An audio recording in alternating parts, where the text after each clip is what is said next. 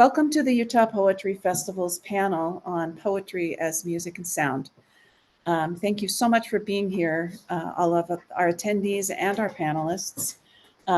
We appreciate your interest and your presence. I'm Lisa Bickmore, the Poet Laureate of the state of Utah. This poetry festival was conceived of and initiated by my predecessor, Paisley Reckdahl. And then and now, support for the festival comes from Utah's Division of Arts and Museums, Utah Humanities, and this year a fellowship from the Academy of American Poets. I want to express my gratitude to intern Maya Hardy, who is joining us from Utah State University and who will be the co-host for this event and assist us with Zoom housekeeping.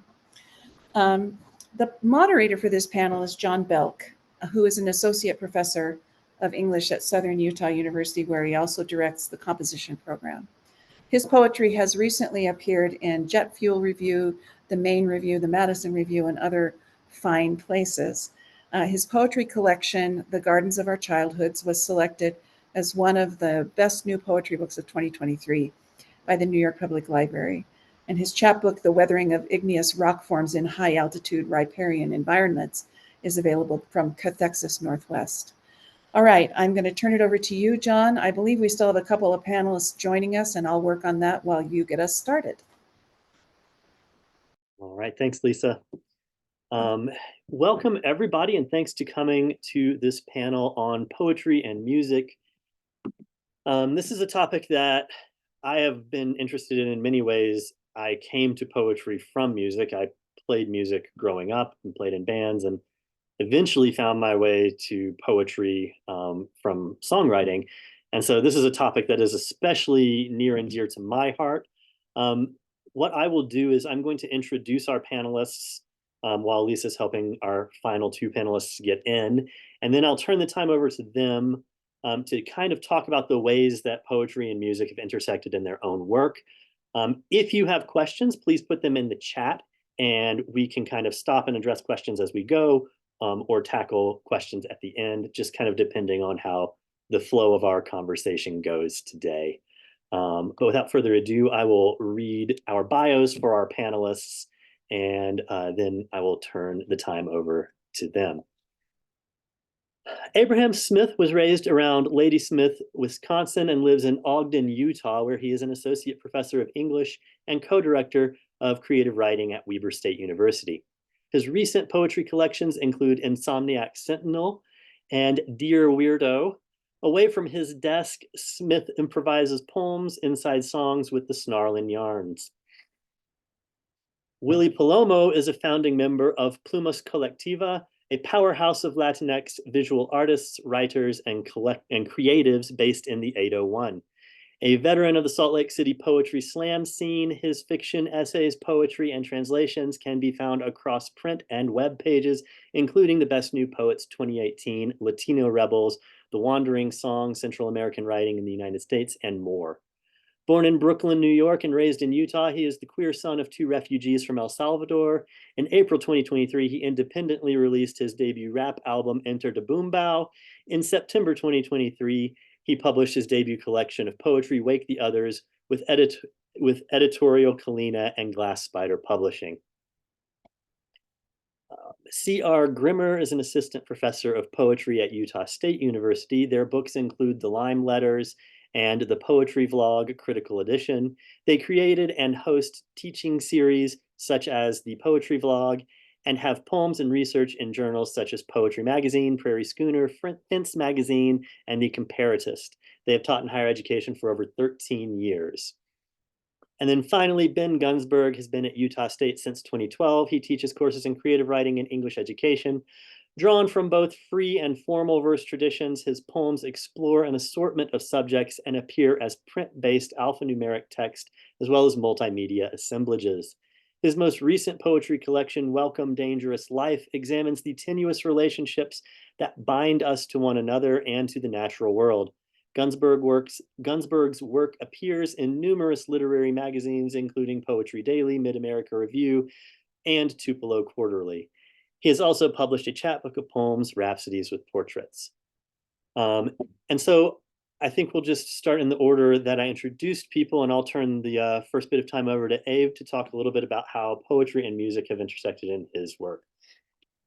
Thanks so much, John. It's an honor to be with y'all. Apologies for any traffic noise. I'm down here in Houston, Texas, and I think we each have roughly 10 minutes, unless I'm mistaken. So I'll tell you a little bit about my life. It seems to me that all of us poets are haunted creatures, and our ears are trowels digging into the sweet loam of sound anyway. As a child growing up out in the woods in northern Wisconsin, I was haunted by the sounds of the grouses, the sounds of the crows.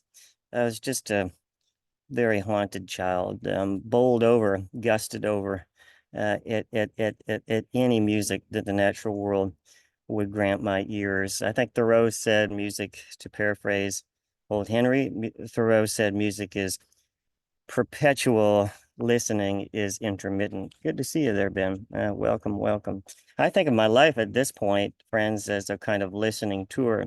So in another week's time, I'll leave Houston, where I'm helping out my dad with some health concerns, and drive up to the upper Midwest, to the northern part of Wisconsin, to sit on the edges of wet places and listen to the spring peepers and many other kinds of frogs sound their vernal yawp, and the kind of vertiginous quality that comes up inside of my spine. It's is well, again, it bowls me over, it gusts me over, and it refills my poetry enthusiasm inspiration bucket. And then each March I go to Nebraska to sit along the central part of that state, along the Platte River, to listen to the migrations of the sandhill cranes. So music for me comes first and foremost from the natural world, and I think of my kind of annual migrations to one place as another as a kind of life pursuit, a listening tour, if you will. Music in my own poetry loosens the poems, it unmakes the poems, it, as Lefty Frizzell sang, gives the poems more elbow room, it stirs the stems of the flowers of the poetry like a wind might. So when we go back to where I began with poetry, like John said, I came to it through music. My earliest mentors were sitting around listening to Leadbelly and Woody Guthrie in particular, seeing the way that they seem to be improvising inside of the song.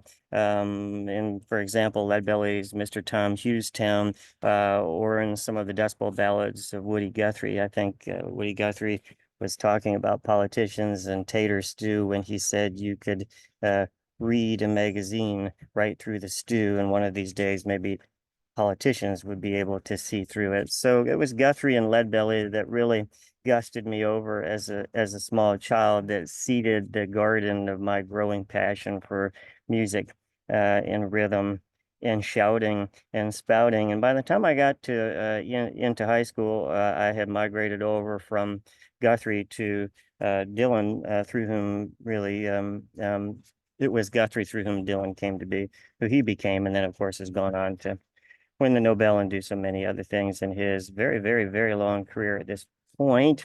In fact, there in high school, I turned in it was a radical rogue act of plagiarism. Apologies. Please don't please don't take away my high school diploma from Ladysmith High. But I did turn in a documentary poetics instance from Bob Dylan, the first song on his record called Desire. That song is called Hurricane. Um, and I turned in the lyrics of that song for an essay in a senior English class, for which I was awarded a B plus. So I guess Dylan, the Nobelian Dylan was B plus there at Ladysmith High. Sorry, Joe Bay. Sorry, Ladysmith High School. Please do not rescind my diploma. By college, I had migrated from Dylan, although all these people have stayed with me as a kind of pantheon of early poets that continue to massage and chiropract my spirit in the poetical world. By college, though, I'd really become entranced and under the sway of Townes Van Zandt, I think one of the great poets in music.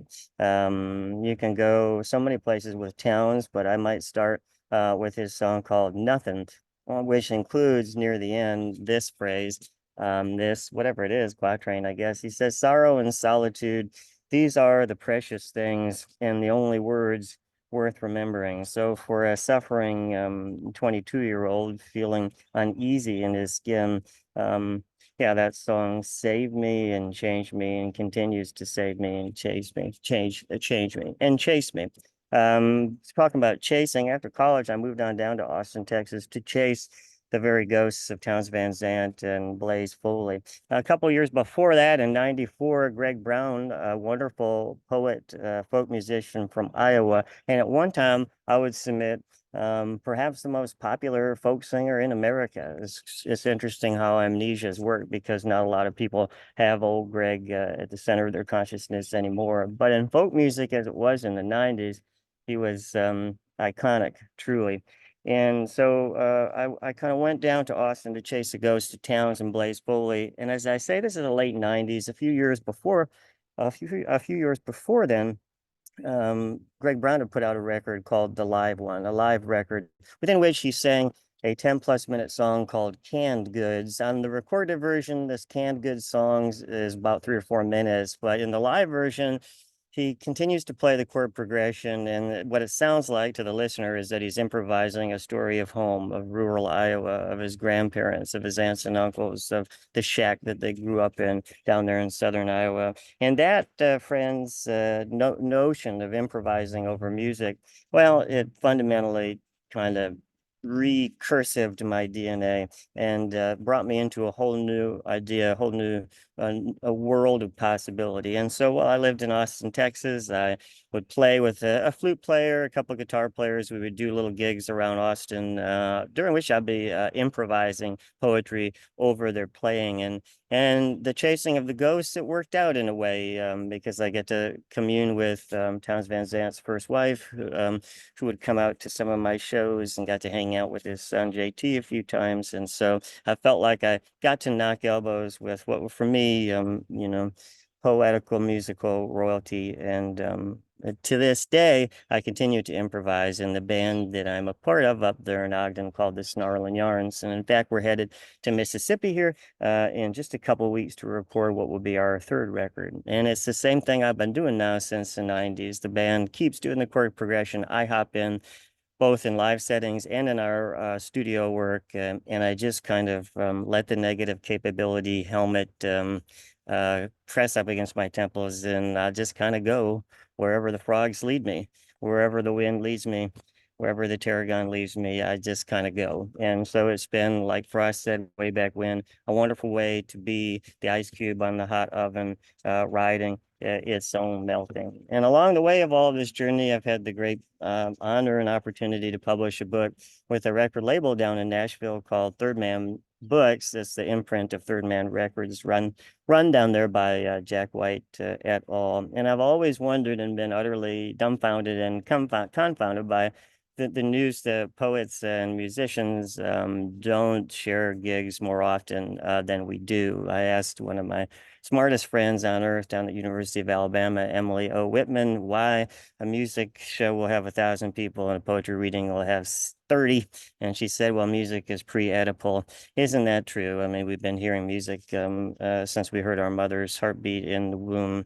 But this Third Man Records experience gave me the sweet opportunity to share a reading slash gig with Margot Price down there in Nashville, and with Charlie Parr there in Detroit. And through getting to know Parr there, I had the honor of writing the liner notes for his second to last Smithsonian Folkways record, his debut on Smithsonian Folkways. So as you can tell, my entire approach to poetry was first moved into and revved the engine of through the portal, through the wide road of love of music, as Whitman might call it. And I've just kind of been hanging out there ever since. It's been really amazing just these lately days to see so many musicians publishing books. Now I know there's a million, autobiographies, ghost written somewhat out there, but here I'm talking about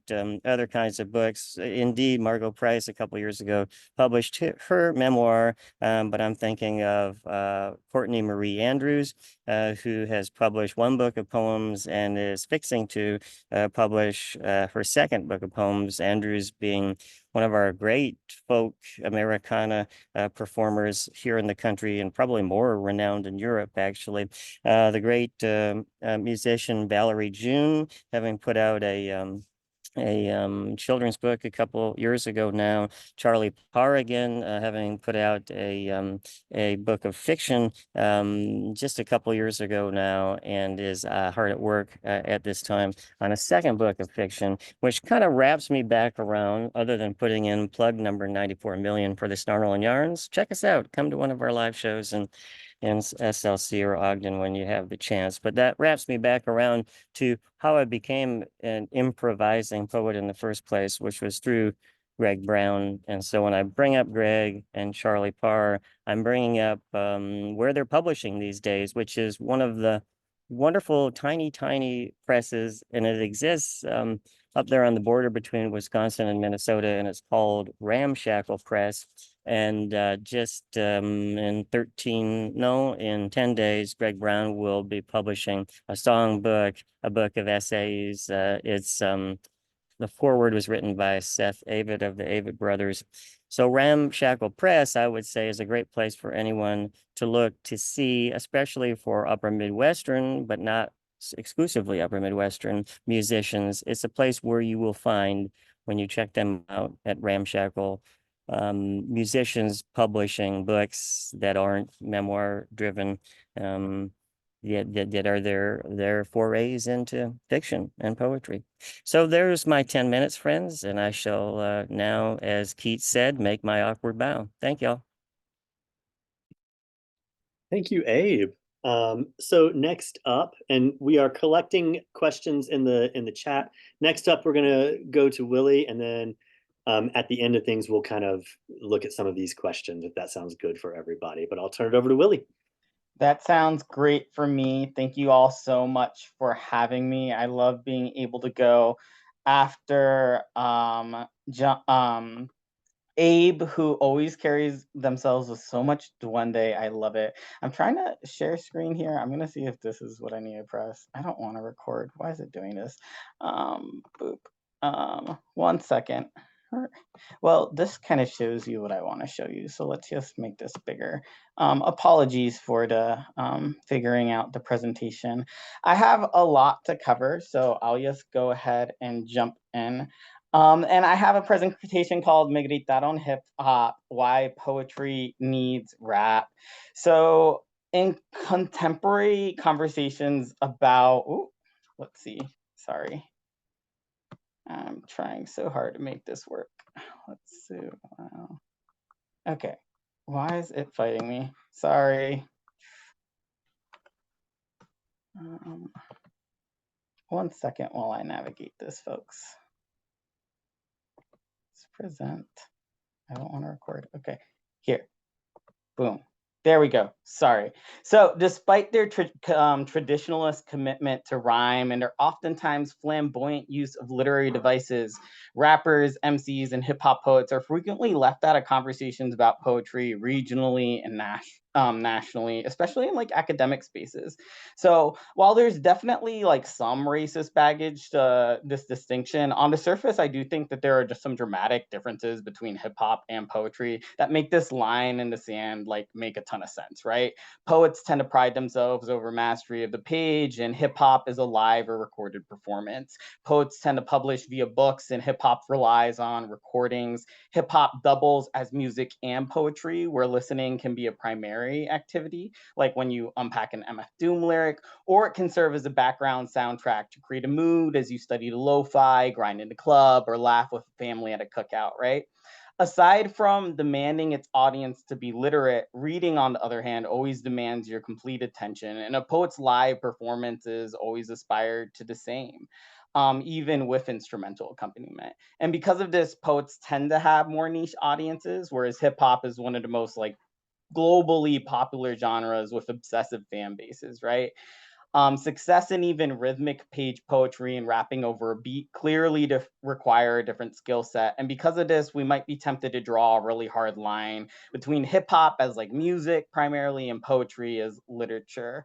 And And what I think doing this though fails to understand is how many people experience hip hop not just as a means to sharpen their poetic vocabulary, but as poetry in and of itself. So, for example, for me growing up, I would memorize Langston Hughes poems and Nas songs, and the distinction between Hughes and Nas was invisible because at his core, Hughes is like no less musical than Nas.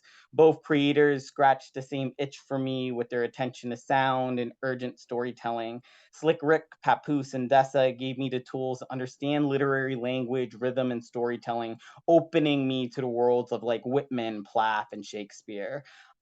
Separating hip hop in particular and spoken word at large from the rest of poetry um, robs people, though, of a crucial tool that is necessary to the art of poetry, which is listening and performance. So, hip hop gave me a toolkit from which to begin thinking about performance, where academic spaces tended to wholly neglect talking about performance or like woefully representing spoken word traditions.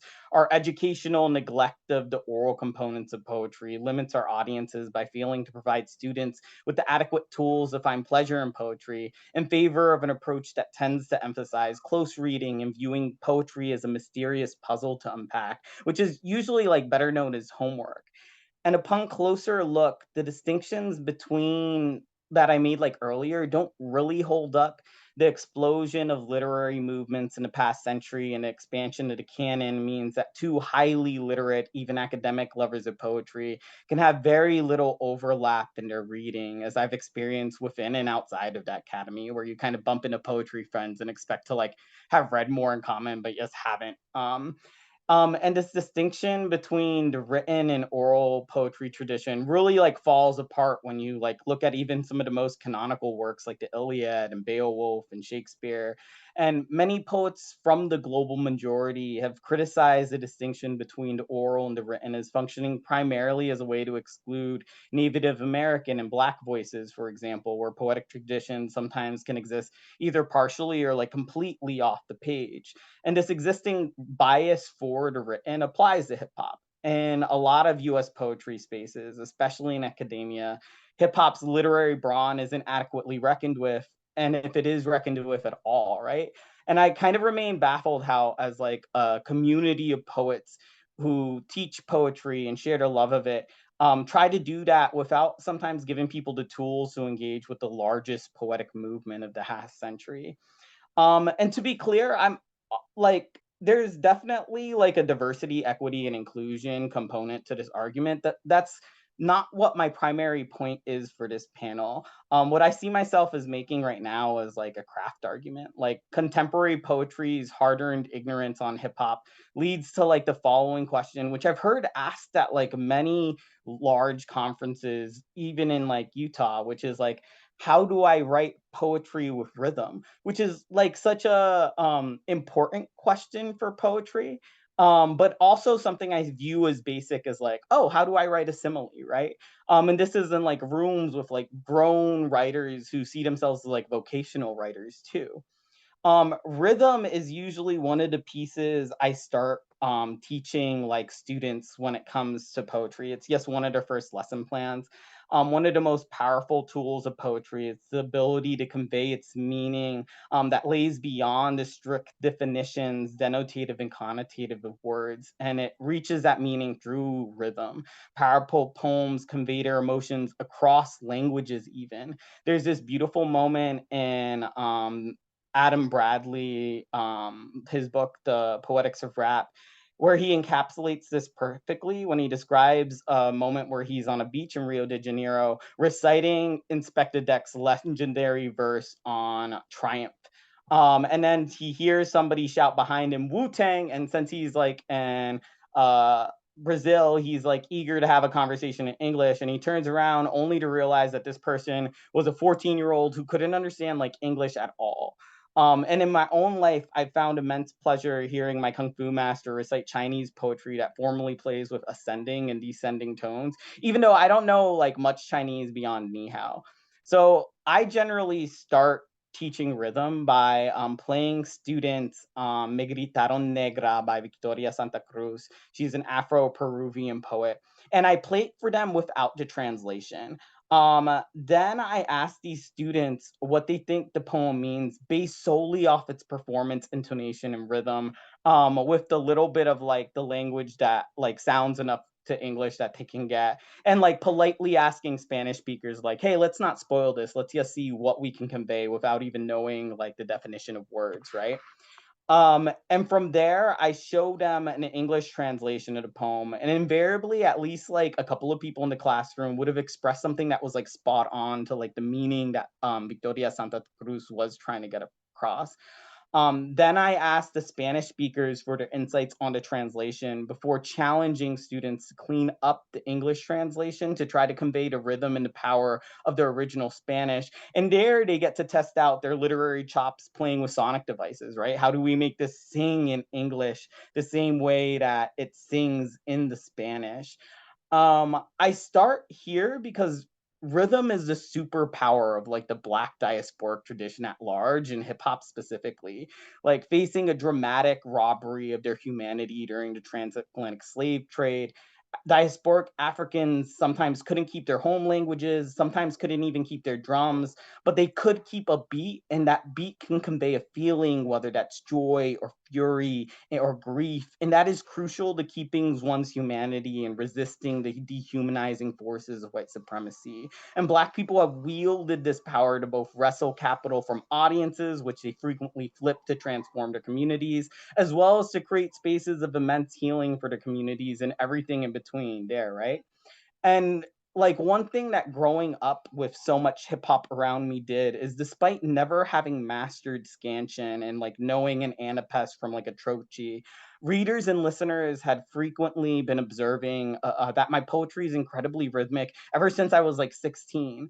And that's because learning poetry through hip hop gave me an ear for rhythm, whether a line sings or not, that would have taken me decades to master through books.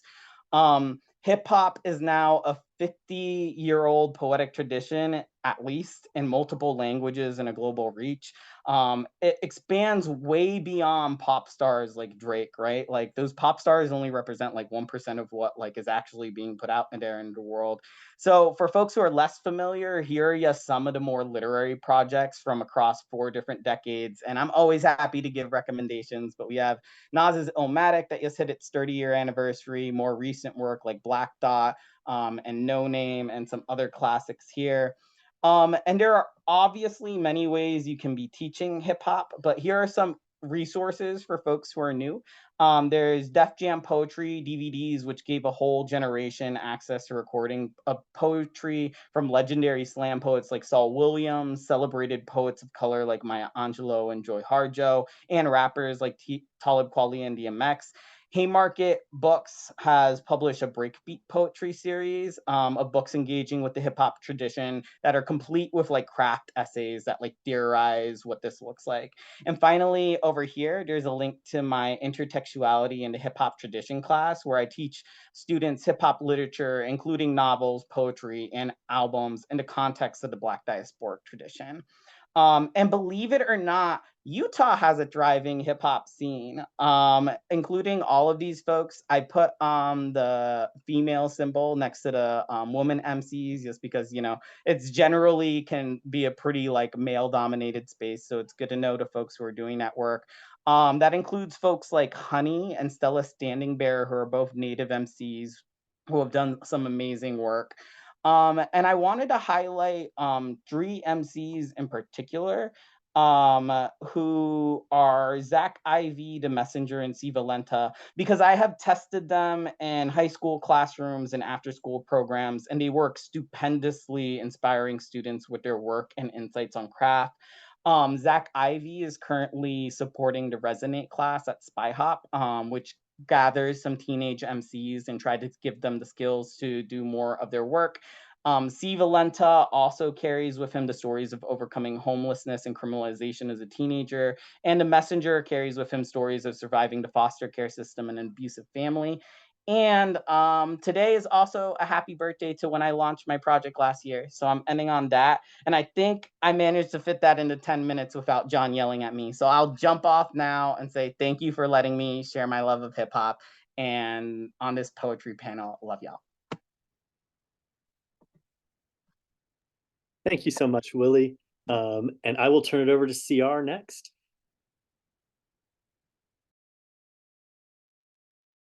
Hi, everyone. First of all, very intimidating to go right after Willy because Willy, I'm a fan of your work. I'm new to Utah and I've been learning more about it. So very cool. Thanks for sharing. And thank you, Lisa and John, for bringing us together today and letting us talk about sound and poetry and ways we use music.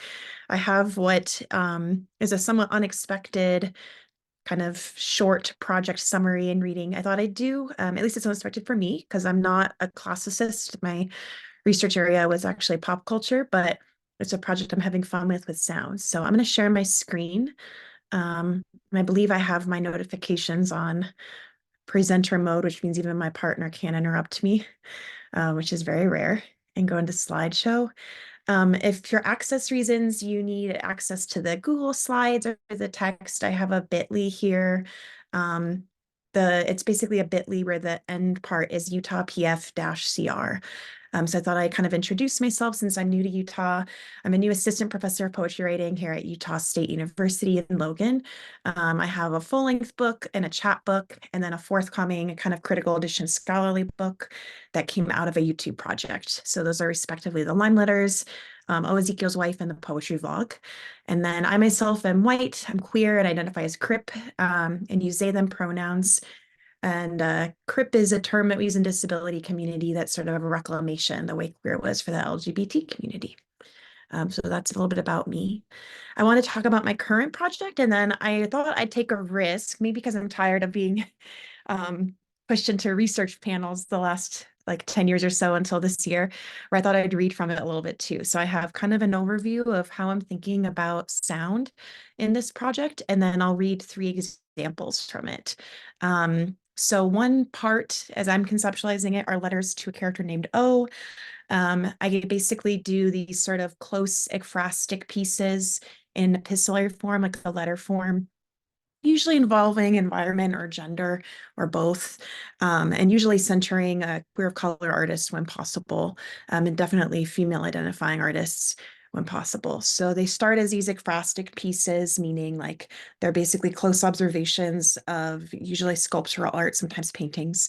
And then I take Anne Carson's If Not Winter fragments, her translation of the Greek poet Sappho's fragments. I scan them for the meter, meaning like where the stresses fall, and then I revise the ekphrastic to match those stresses. And this is kind of just an experiment, partly because I was in a slump with writing and I like to gamify my writing when I can. And I love meter, I love rhythm. I was raised in a musical family. And partly because I was curious, like how does trying to match the meter of oftentimes desire poems in a poem that's not necessarily oriented around that change the poem. And O is a sort of character I've developed exploring queer and trans identity in master texts. There are also responses to O from another character. Those have different constraints that are much less sonic and intentionally so. So that one has constraints where the end of each line in the poem has to pull from the book of Ezekiel. It's sort of my attempt as someone raised religious to queer that text and think about different identities in it, and also repeat the end words from prior letters so that it increasingly becomes a repetition. Sometimes they're ekphrastic as well. Usually if they're ekphrastic, it's because they're responding to the letter 2O. And then a very significant departure from those two are these sort of sermon poems. These ones are much more strained and I think quite strange. And they're hard to read, so I'm actually quite nervous reading from it today. The sermon poems are when I would go to my family's church with them at Christmas as a sort of peace offering. And I would just kind of write down everything that the pastor was saying and what was in the verses we were told to read. And I'd have just kind of these big pages of text in front of me that I kind of viewed as clay. And then I would lineate them, like create line breaks while listening to a pop song on repeat. At first, it was supposed to be sort of cheeky. I think I did Taylor Swift's Better Man for the first one. And then the second one, I'm like, it's kind of cheeky, but a little bit more of a song I actually just like listening to on repeat. Because it's kind of doing a similar maneuver, I think, around religion and queer love. So it's Brandi Carlile's You and Me on the Rock. And the third one is To Be Determined. So we'll see how that goes. And then I scan the song lyrics for what their meter would be if they were spoken. And then I revise the sermon to match those. So those are the kind of three different ways I'm thinking about sound differently in this project. Some of it's me just cheating and wanting to listen to music and play around with meter and look at art and do close ekphrastic.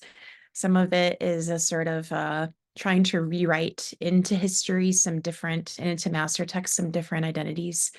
And that's pretty much the overview of the project. So some themes and explorations I'm finding kind of partly emerged from doing the project and also helped me frame like what am I even doing besides playing around. So one kind of question I have for myself is, how does playing with master texts or texts that are meant to be sort of patriarchal or colonial, how does kind of playing with the sound of those and adding constraints change my embodied practice when I'm writing and reading? How does adding queer and eco and arts-based constraints kind of layer into that practice? And then thinking about queer and crypt narratives of desire and how they can sometimes align with and sometimes resist the sort of meaning-making strategies of those master texts for thinking about wellness or identity. I'm seeing there's a bubble in the chat and I'm paranoid that's because I'm messing up something. So I'm going to check that real quick. Okay, good. All right.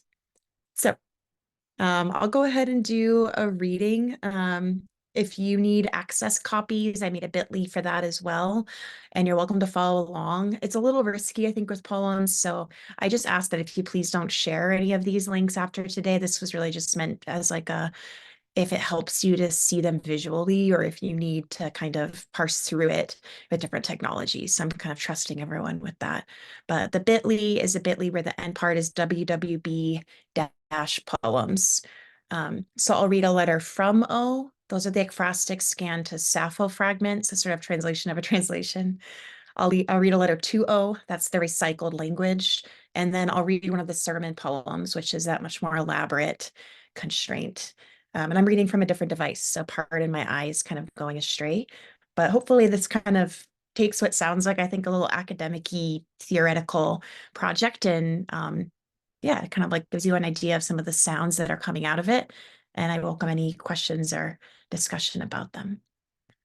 So the first letter is from O. Sorry, I messed that up. So the first letter is technically recycling language, not the ekphrastic with Sappho. My Gradiva.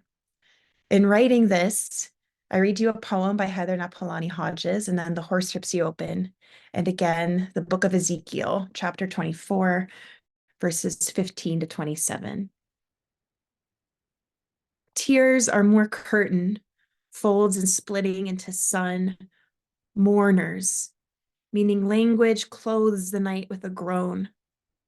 Swords tipped with moon juice and other nonsense we say.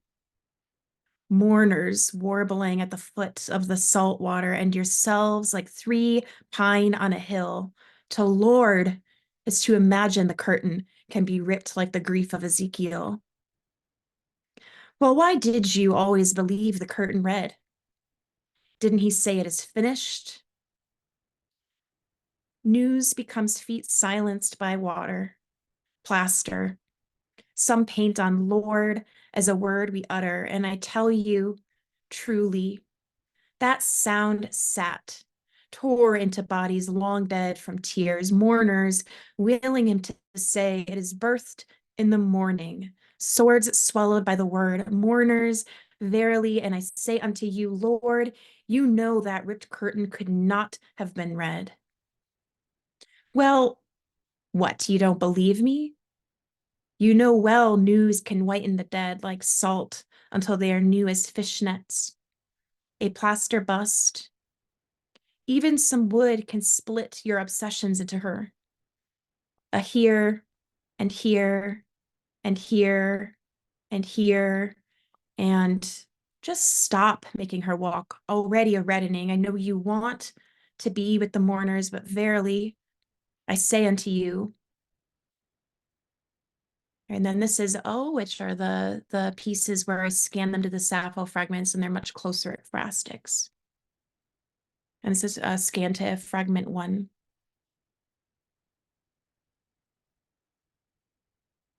And if I want life and O to want to end, the word refused ends and gave. Desiring is to no end. Love basks in its lay like a ship, my stream as her branch, bending lists, things not to be, a glass wind that can bend with her. Wake, the word branched me, gaining. All right, and I think I'm keeping time with the 10 minutes. So I'll read the sermon poem, which I've been dreading reading. So we'll get through it together. This is a sermon on the wise men. We fix spires on stone or some fixture to awe, so we do not make of the wood our eyes. Instead, it's a littler podunk town, and the sage always smells so pretty. But they are not ignorant. Notice how no rolled out lawns and Herod, who he assembled, had no rage and some apathy. What could be worse? When we can't be like a paper plane, parchment rolling our song of war, then what are we supposed to sing? Magi knew, they heard light and called awe. You know the story. A 747 falling out of the sky, folded them, and I drove her again from school. Bullet same, she says, home safe, but sweetie, I shine the star. There are no safe homes, not even a barn. The star shoots again. It's a tale of 2 kings, so let us enter adoration's wisdom and see divinity. Herod is troubled, wondering why just one person is safe, and he's a prince of, but nobody's asking why. She's looking so thin. Peace. Another tale. Man sits in prison, ends up in water. Minister asks him why he drowned belief. His anger weighs water, and this reveals that he believes what we feel when the water's gone, because what made the Magi right and courage of the wise, their joy. How the sound of warbling signals gardens swim beneath her skin, her walk, a water view. Leaves, stars striking the rocks as you search your hearts, and now you know it's an earthquake singing to text, and to tell them it is you, earth and a prayer for them on this. Amazing how precise, and its planks, rocks, how revealing the moral law, and God will judge me. So a text reveals, oh, this, the holy night. You hear it, hear Jerusalem, their mothers, how no one makes it when bullets, keening swallows the tide, when bullets blink into sand. Oh, the stars, their swallowed lightning shot hot in babbling rain. It's timeless, yet it's also timely, right? Sand exchanged for the sound of stone. Walking wants the skin of her song, like gardens long for rose to cross, like warmth to condensate. Today, close us on worship. Make loam and water how to tell her. It's just you and me on the rock. Can I get another just you and me on the rock? All right, and I think I took under 10 minutes. I hope. And sorry, this is one of the art pieces for the ekphrastic that I read. And I'm realizing this is pretty illegible. It's by Diana Al-Hadid in the Archive of Longings. It's really lovely, lovely exhibit. And so I'll pass it back to John. I hope my timing is okay. You were perfect. Thank you so much. And I will turn the rest of our time over to Ben. We might go a little bit over our scheduled time, but we don't have any events right after this. So thank you so much. And I will let Ben wrap us up. All right. Thanks, John. Thanks, everyone, for being here. Sorry I was a little late. I had some Zoom issues that I needed to resolve.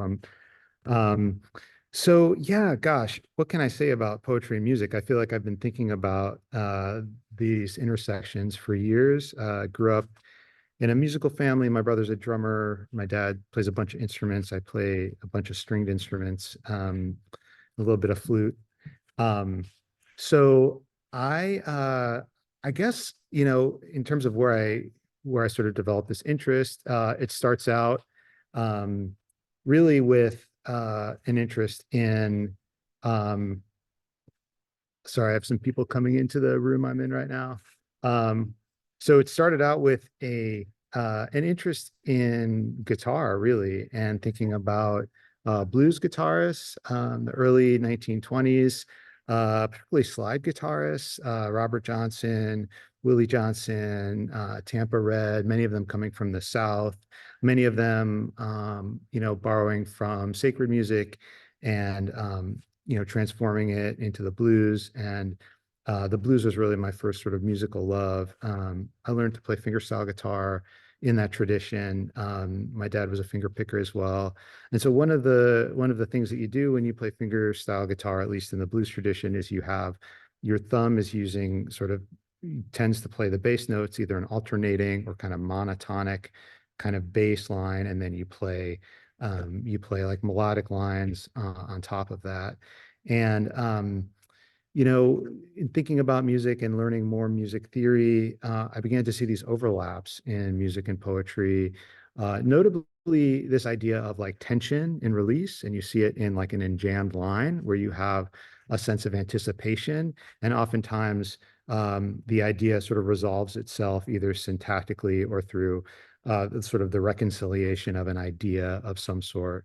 And in music too, you'll often have what's called a question and a response, a kind of musical question that then is followed up by a response. And by response, what I mean is, or an answer really. And the answer is often carries with it a kind of sense of resolution.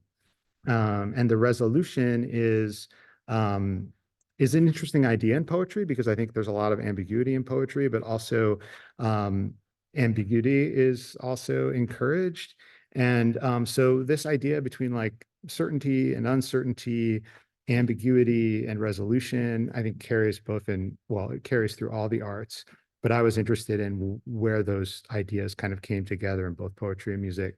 So I have a little slideshow. I'm just going to share my screen briefly, and I'm going to talk about like one particular uh, kind of way in which I've thought about a musical term, which I think could be carried over into thinking about a kind of poetry, or at least a kind of poetry that I have sort of been experimenting with.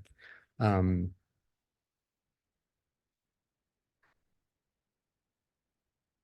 so, okay. So the concept is called a drone, and a drone is a repeated sound or a repeated tone, and it can also be considered like a home base.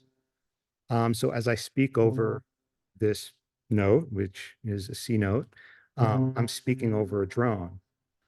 And you can see here in this little illustration, I've, you know, just created, I wouldn't call it a particularly great poem, but we have drone poem. Oops, I went up, I went up to D.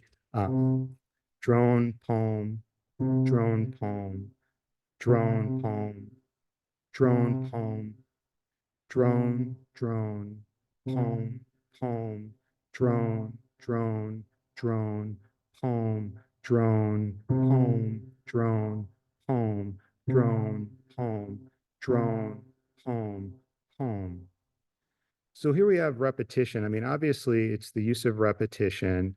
You have the sort of repeated C note, and then I'm also using words in a repeated way. So really, if we think about the drone, it's a form of repetition. We don't often use that term in poetry, but we use other terms that I think sort of resemble, in certain cases, the kind of same effect that we'll see in some poems. So I want to give you just some better examples of drone-based music from around the world. So again, it's a type of music in which a tone, a chord, or tone cluster.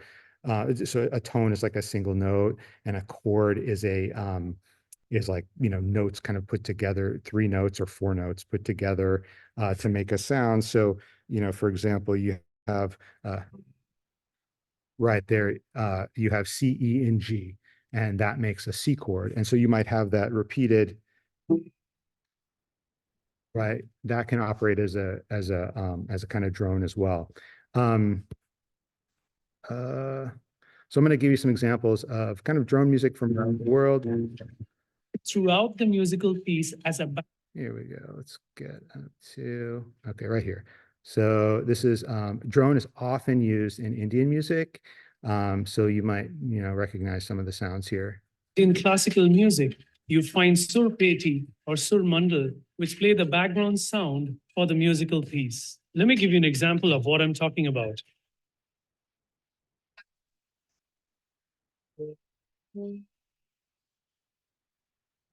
So that was the use of drone in Indian music.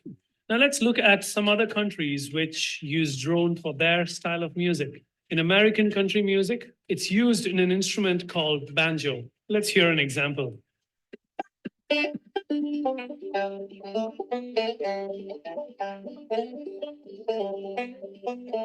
Next, in Australian Aboriginal music, they use the didgeridoo to create the drone sound. Let's hear an example.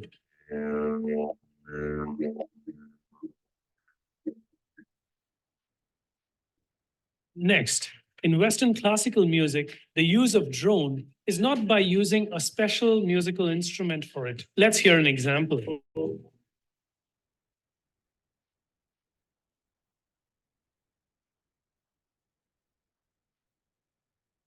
Yeah, so there's some examples of drones used in music around the world. And in fact, the drone is used in music from almost every culture. So it's like a very common figure of repetition, so to speak, in music. And it's also used in poetry, of course. Well, repetition is used in poetry. So we have like anaphora. So in something like Howl, moving through here, you can just, you can see the repetition of who. It's, the repetition of a word or phrase at the beginning of a line of poetry or the beginning of a sentence is anaphora. And it operates as a kind of home base that Allen Ginsberg returns to again and again. I'm not going to read this whole poem. Howl is super long, but each section you can see just as I scroll through how the who is working as this return again and again. And every section, in section 2, the famous repetition of Malach at the beginning of these lines. So one could argue that it operates as a kind of drone. Same can be said by this beautiful poem called Ghazal by Agha Shahid Ali. And in this case, the poetic figure is epistrophe, which is the repetition of a word or phrase at the end of a line, sort of the flip of anaphora. And you can see how time is being used as a kind of drone. And in this case, it's of course ending at the end of these lines. So, I mean, I don't want to read this whole poem. Well, the poem is so great. I'll read it. Okay, Ghazal. And it's for, there's something for James Merrill at the beginning. Feel the patient's heart pounding. Oh, please, this once. I'll do what I must if I'm bold in real time. A refugee, I'll be paroled in real time. Cool evidence clawed off like shirts of hellfire, a former existence untold in real time. The one you would choose, were you led then by him? What longing, oh Yar, is controlled in real time. Each syllable sucked under waves of our earth. The funeral love comes to hold in real time. They left him alive so that he could be lonely. The God of small things is not consoled in real time. Please afterwards empty my pockets of keys. It's hell in the city of gold in real time. God's angels again are for Satan, forlorn. Salvation was brought, but sin sold in real time. And who is the terrorist? Who is the victim? We'll know if the country is polled in real time. Again, so that's an illustration of how it's kind of operating as the same kind of sense of home Okay. Now with the drone and music, what's really different is if I'm playing guitar, I'm going to hit that drone, but then I'm going to play a melodic line off of it. So if I'm doing something like, you know, it might be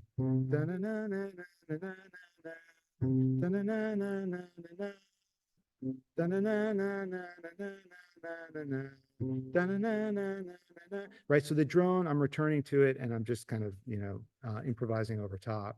Now, I'm going to do sort of show you an example of a poem I read. And I guess I think of it as kind of a droney poem. I don't know if there's like a drone-based poem. It's not really I don't think it's a term that's generally used in association with poetry, but I think it was this idea of the drone that was kind of driving this particular poem that I wrote called What a Baby. And it has characteristics of both the idea of the drone, but also the idea of the slide. And a slide guitar, you use a bottle or a steel something that, yeah, is something metallic or a glass to take and basically slide up from one note to another. You've probably heard this before. I know Abe has, given the kind of music he likes to listen to. And what's interesting about the slide is that you get semitones and even quarter tones. So in Western music, the smallest unit is a semitone, like sometimes called a half step. But with the slide, you can get all these tones in between notes, which is a really cool sound. But in this particular poem, I was thinking of sliding a word. So I'm not going to explain anything else, but see if you can kind of hear or see how I'm sliding one word into another. And again, you'll hear the drone because there's obviously going to be repetition as well. There's actually a musical accompaniment to this particular poem, but I'm going to leave that for another day. I'm just going to focus on use of repetition, thinking about drone, think about this idea of a slide. So it's called What a Baby. What a baby. What a fat, fat baby. Fat baby, fat, in fact, fact, facts, vax, in vaccination for fat baby, babe, in fact, effect, baby, infect, facts, in nation, Asian, vacate, in fat nation, vacation, great, nay, shun, hate, nation, nation, hate, shun, gradation, great nation, hasten, fast, nation, fascination, nation, fast, fasten, fat, wait, fat, way, fat, baby, fat, wait, baby, wait,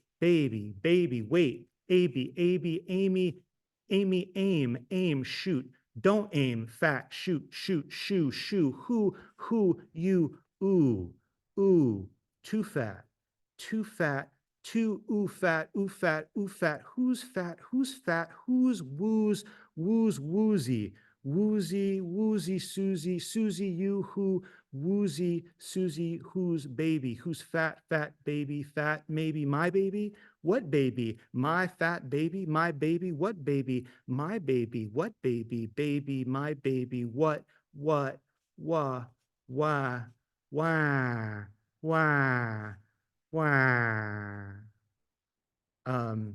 So, you know, here I'm kind of using this sort of slide effect is how I think of it. So I guess sort of the point of this presentation, if there is one, is that one of the things that I like about, you know, I mean, we think about poetry and music and musicality being central to poetry with rhythm and rhyme and so forth. There's also, you can also take concepts from music and use them as compositional elements, think about them, and then transfer those ideas to composing poems. So thanks.